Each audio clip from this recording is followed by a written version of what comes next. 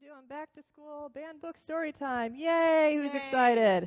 We love banned books. So we're reading two books today, and we're going to talk a little bit about why they're banned. We're going to talk about two of the books we read last year, which I think might still be back there. We'll look for that as well.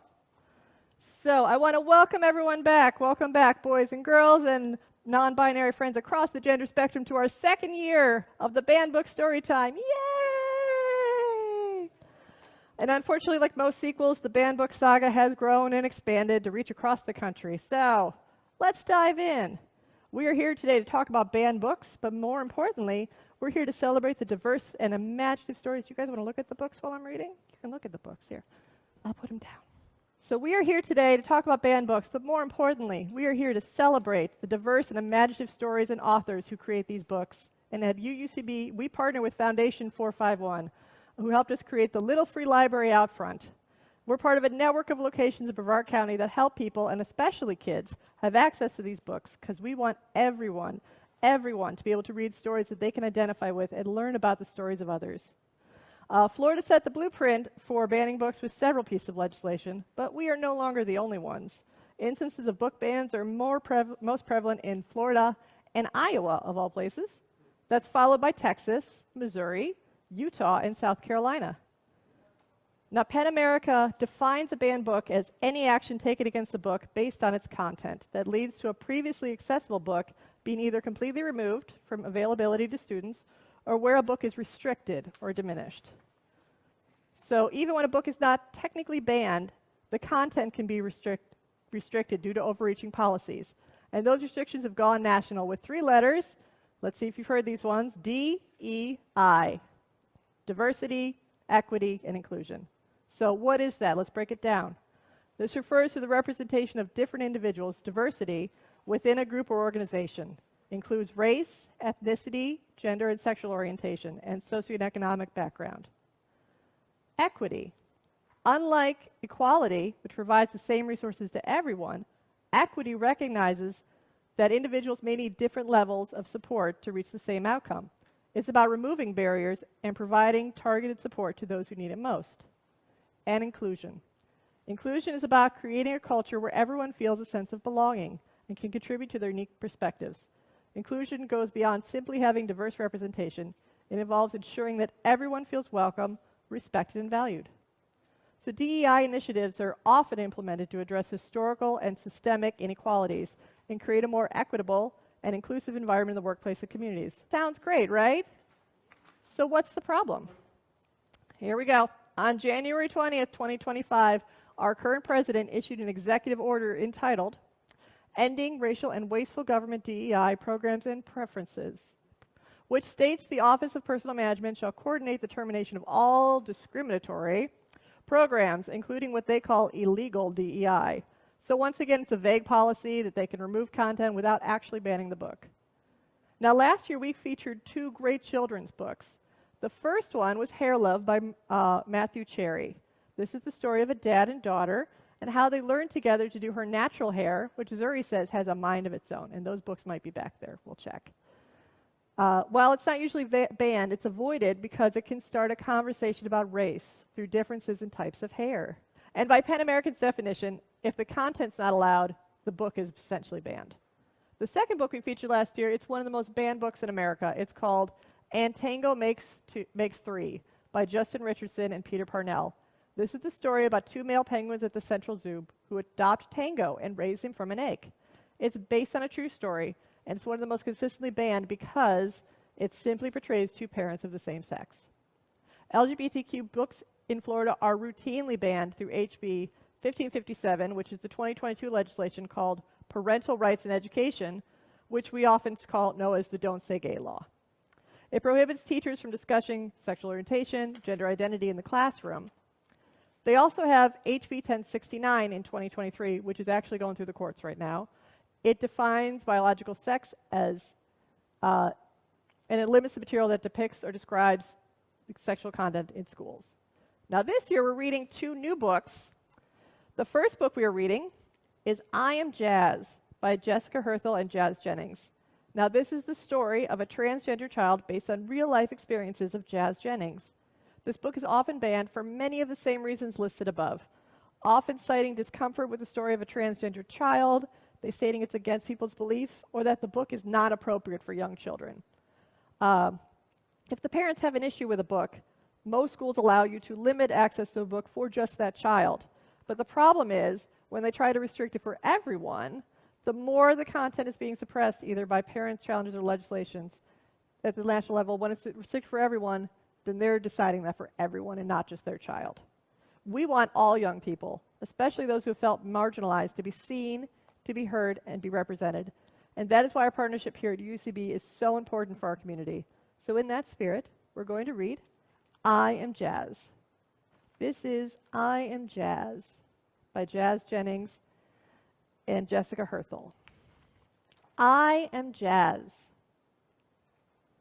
For as long as I can remember, my favorite color has been pink. My second favorite color is silver, and my third favorite color is green. Here are some of my other favorite things: dancing, singing, backflips, drawing, soccer, swimming, makeup, and pretending I'm a pop star. Most of all, I love mermaids. Sometimes I even wear a mermaid tail in the pool. My best friends are Samantha and Casey. We always have fun together. We like high heels and princess gowns or cartwheels and trampolines. But I'm not exactly like Samantha and Casey. I have a girl brain, but a boy body. This is called transgender. I was born this way. When I was little, and my mom would say, "You're such a good boy," I would say, "No, Mama, I'm a good girl." At first, my family was confused. They'd always thought of me as a boy. As I got a little older, I hardly ever played with trucks or tools or superheroes. Only princesses and mermaid costumes. My brothers told me this was girl stuff, but I kept right on playing.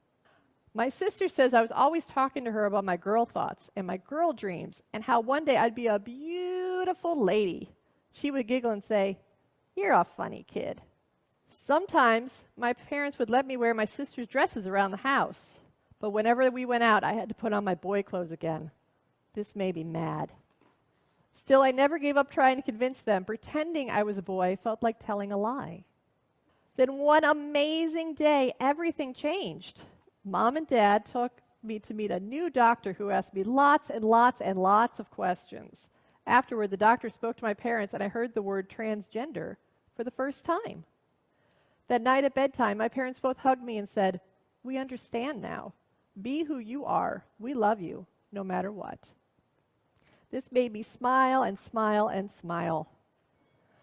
Mom and Dad told me I could start wearing girl clothes to school and growing my hair long. They even let me change my name to Jazz. Being Jazz felt so much more like being me. Mom said that being Jazz would make me different from the other kids at school, but that being different is okay. What's important, she said, is that I'm happy with who I am. Being Jazz caused some other people to be confused too, like teachers at school. At the beginning of the year, they wanted me to use the boys' bathroom and play on the boys' team in gym class, but that didn't feel normal to me at all. I was so happy when the teachers changed their minds. I can't imagine not playing on the same team as Casey and Samantha. Even today, there are kids who tease me or call me a boy name or ignore me altogether. This makes me feel crummy. Then I remember that the kids who get to know me usually want to be my friend. They say I'm one of the nicest girls at school. I don't mind being different. Different is special. I think what matters most is what a person feels like inside and what a person is like inside. And inside, I am happy. I am having fun. I am proud. I am Jazz. The end. Yay. And that is I Am Jazz. So we have one more, but I'm going to tell you a little bit more about it before we get to that book. Our second book is Banned, and you've probably heard of this book. It's not just for what is in the book, but how it makes people feel. You've probably heard of the 1619 Project. This is the 1619 Project Born on the Water by Nicole Hannah-Jones and Renee Watson. It is the children's book stemming from the 1619 Project.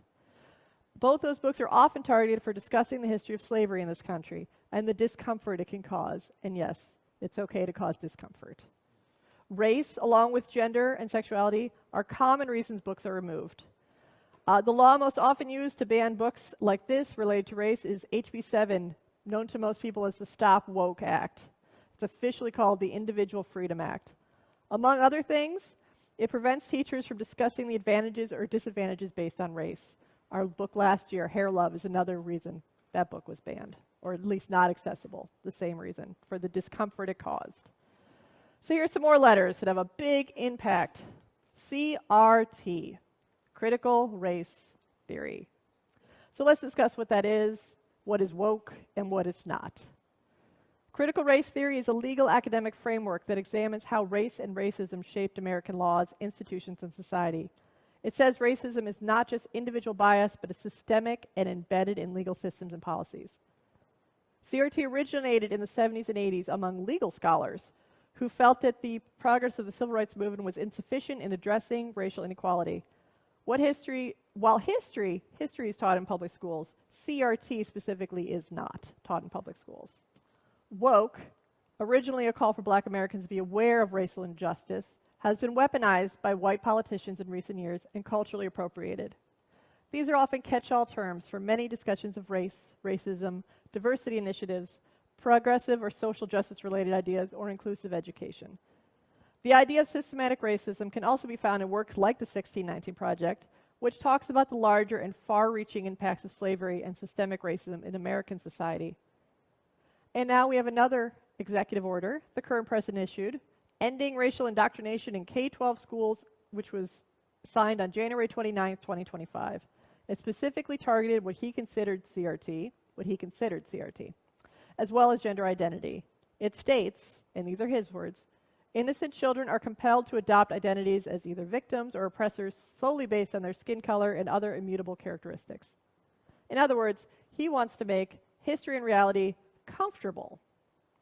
Well, that's not how education or history works, and that's not how we grow and learn. We as UUs love a good conversation, and our beliefs are diverse and inclusive. We should welcome learning about each other, even and especially when it's uncomfortable.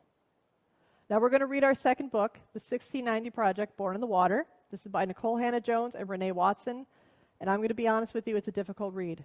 Even for a children's book, it tackles a big topic, which is the history of slavery, and beyond to their roots in Africa and their perseverance today as people born in the water. Now you, like me, may feel a lot of emotions while hearing this book: anger, guilt, sadness, and many, many others. And those of us like me who have white European ancestry may feel uncomfortable reading this. But that's okay. It's okay to learn about things that make us uncomfortable. In fact, it's important to learn about things that make us uncomfortable and to share these stories. History is important and people's stories are important, even and especially the uncomfortable ones. So we're going to read Born on the Water, the 1690 Project. And you're going to learn what that phrase means, born on the water, in the book. So we start with a question, and this is a classroom here. Questions. My teacher gives us an assignment. Who are you, she asks. Trace your roots. Draw a flag that represents your ancestral land. Now, most of my classmates can count back many generations and learn about the countries where their families came from. They draw their flags, but I leave my paper blank. I don't know where I began, what my story is. At home, Grandma asks, how was school? I tell her about the assignment, how I couldn't finish it, how I could only count back 3 generations, and my grandparents and my great-grandparents were born. But before that, I don't know. I tell her that I'm ashamed. Grandma gathers the whole family and says, come, let me tell you our beginning. Let me tell you where we're from. Here's what Grandma tells me. And this is where the story begins. They say our people were born on the water, but our people had a home, a place, a land before they were sold. 400 years ago, in 1619, our ancestors were taken and brought here on a ship called the White Lion, a whole year before the Mayflower arrived. But before that dreadful voyage, there was a time when they did not pray for freedom. There was a time when they did not sing about overcoming. Their story does not begin with whips and chains. They had a home, they had a place, a land, and a beginning. This is our story. Before they were enslaved, they were free. They had a language. They spoke Ubuntu. They had their own words for love, for friend, for family. The kingdom of Ngondo was nestled between Lukala and the Kwanza rivers on a high, high plateau in west central Africa. The people were good with their hands. They knew the power of a seed, how to plant it, water it, how to make something out of nothing.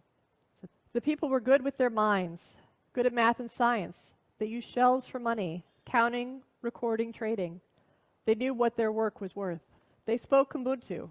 They had their own words for joy, for grow, for home. Their hands had a knowing. They knew how to hold a baby close, how to rock the child to keep her from crying. Their hands knew how to mix herbs, how to get the just right flavor for a meal. Their hands knew how to beat and twist and shape iron, how to make gardening tools, armor, and weapons. Their hands had a knowing. They knew how to make work joyful, how to create rhythm by pounding the tools against metal, and how to make music to keep their company as they worked. Their minds had a knowing, worldly, curious, sharp. When they met the white people, they learned quick, taught their tongues to speak Portuguese, taught their eyes to read strange words. They knew how to mix the old with the new, how even as an ancient people it always had more to learn. And they danced. They danced, and the people moved their feet, moved their whole bodies to the melody of horns and stringed instruments, of marimbas and drums. They danced to celebrate, to mourn. They danced as a way of worship to offer thanks. Their bodies under an open sky and bright sun, their bodies swaying, testament to the beauty of creation. And then stolen. And the white people took them anyway, kidnapped them, baptized them in the name of their God, stamped them with new names. Ours is no immigration story. They did not get to pack bags stuffed with cherished things, with the dolls Grandma had woven from the tall grass, with the baby blankets handed down from generation to generation all the way back, so far back that it carried the scent of their ancestors. They could not hug their fathers and mothers, daughters and sons, hearts thumping in rhythm, clinging to that final sweetness before their parting, no promise whispered from their mouth to ear of seeing each other soon. Just wails and sobs, confusion, and wrists worn raw from shackles made of iron, feet split and bloody from the 200-mile march along the Kwanza River. They had no things, but they had their minds. The old ways, the harvest songs, the just right mix of herbs, they etched them in their memories. They had their bodies, histories, and their bloodlines. They had the drums pulsing in their veins with trembling fingers, and they braided seeds into their hair, defiantly hiding little pieces of home, to plant one day in new soils. No matter what some say, the people fought. And the white people took them anyway, forced them into the bottom of an evil ship to sail to a new world they had no desire to see. Again, ours is no immigration story. And that's the ship we're talking about, the White Lion. The White Lion. No one knows how long it took before they knew they would never see Nyango again. Never run along the high, high plateau or throw their heads back in giggles with their best friends. Maybe it was the second month or the third when they had not seen their land or any land. For so many days they could no longer count. Some could not bear the pain. They refused to eat. They shut their mouths until their hearts gave out. Others tossed themselves into the teal eternity of the Atlantic Ocean, swimming one last time with the ancestors. Sickness and hunger, filth and cruelty took the others almost half, but those who did not die resolved to live no matter what. Packed in dark misery, strangers chained together head to feet, hip to hip, in the bottom of a ship called the White Lion. They saw these strangers, these men, these women, these children, kidnapped too, from many villages, and these were their people now. These many people became one people. They became a new people. And that's why people say, we were born on the water. We came from the people who refused to die. Now we arrive at Point Comfort. Finally, the ship stopped moving, and the people were dragged to the deck. They closed their eyes against the light of a sun they had not seen since Mother Africa's coast. They closed their eyes against the sight of a land that was not theirs. They cried a silent cry as white men spoke strange words, talking about their bodies, and with a handshake traded another child, another mama, another daddy, 20 to 30 beloved human beings in all, for a few pounds of food and a drink. 400 years ago, in the year 1619, the white people called this land Virginia, a sweet-sounding word for a place of such pain, for a sweet-sounding word for the place where America's slavery began. And now we're in the fields, in the tobacco fields. From sunup to sundown, the people worked the fields, growing and harvesting tobacco. The crops were sold to Europe, bringing wealth to Virginia. But the enslaved people did not get anything in return for their labor. The people worked, and and when the people grew weary, they remembered their yesterdays. They remembered the songs from Nagando, sang them to ease their spirits. And as they sang, they looked into the future, and they hoped for better days. They planted prayers into the heavens, praying, praying, praying for freedom. How to make a home. After a long day's work planting tobacco in the fields and brutal treatment, after nothing to show for their hard work, sadness would come, a longing for Nagando. For the mamas, for the daddies, for the friends, they could no longer hug and talk with under the warm sun. We're in a strange land, they said, but we are here and we will make this home. We have our songs, our recipes, and our know-how. We have our joy. We will love, we will laugh, we will sing, and hug our children as tight as you can. Hold a child. We will survive because we have each other. And so the people planted the seeds they'd carried over the ocean, snuck to visit one another in the dark of night. They sang songs. They swapped tales of yesterday, remembering. And the people planted dreams and hopes, willed themselves to keep living and living. And the people learned new words for love, for friend, for family, for joy, for grow, for home. We're in a strange land, they said, but we are here and we will make this home. We have determination. We have imagination. We have faith.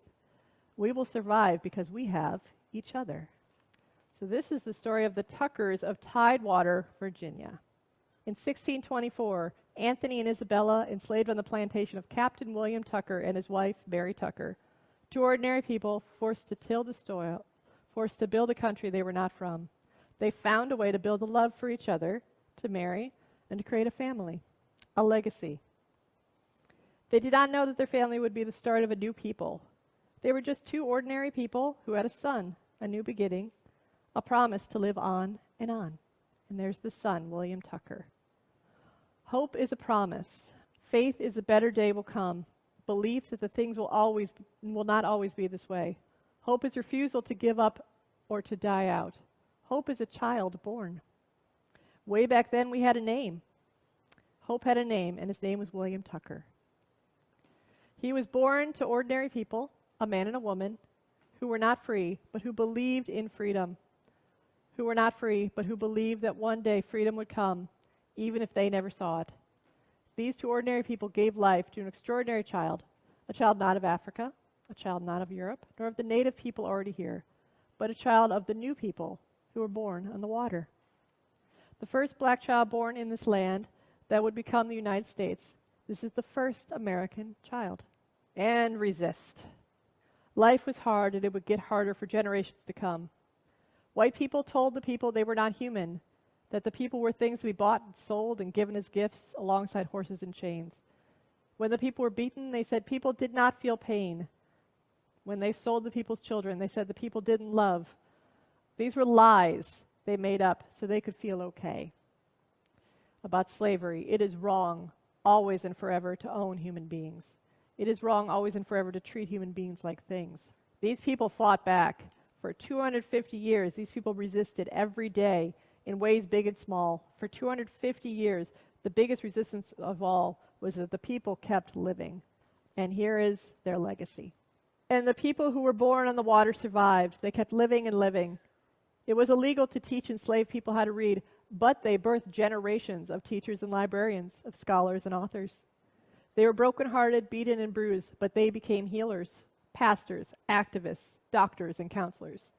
No one could steal these people's joy. They wrote songs. They created jazz and hip-hop, rhythm and blues.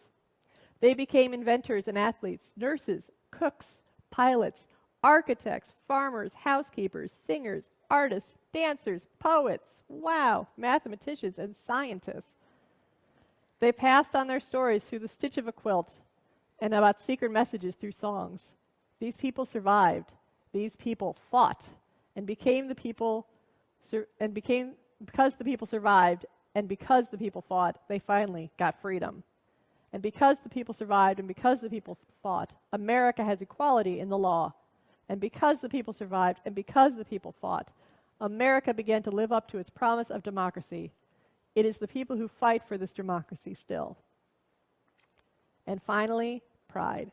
Grandma looks at me and my brother, tells us, this is what we say, Black Lives Matter, why we celebrate Black girl magic, why we believe we are our ancestors' wildest dreams. Never forget we are their hope. Never forget that you come from a people of great strength, Grandma said. Be proud of our story, your story. So the next day I go to school, pull out my red crayon, my blue, and my white, and I draw the stars and stripes. I draw the flag of the country that my ancestors built, that my grandma and grandpa built, that I will help build too. And I am not ashamed. I know what my story is. I know where I am from and where I began. And that is the end. So that was a lot, right? Yeah. So what can we do to keep this information, access all these things accessible for everyone? So here's a couple simple things you can do. First, stuff like this. We can help inform people about banned books and the importance of having diverse stories. You can support people providing access to these books, like Foundation 451, who has a network of libraries at churches and local shops.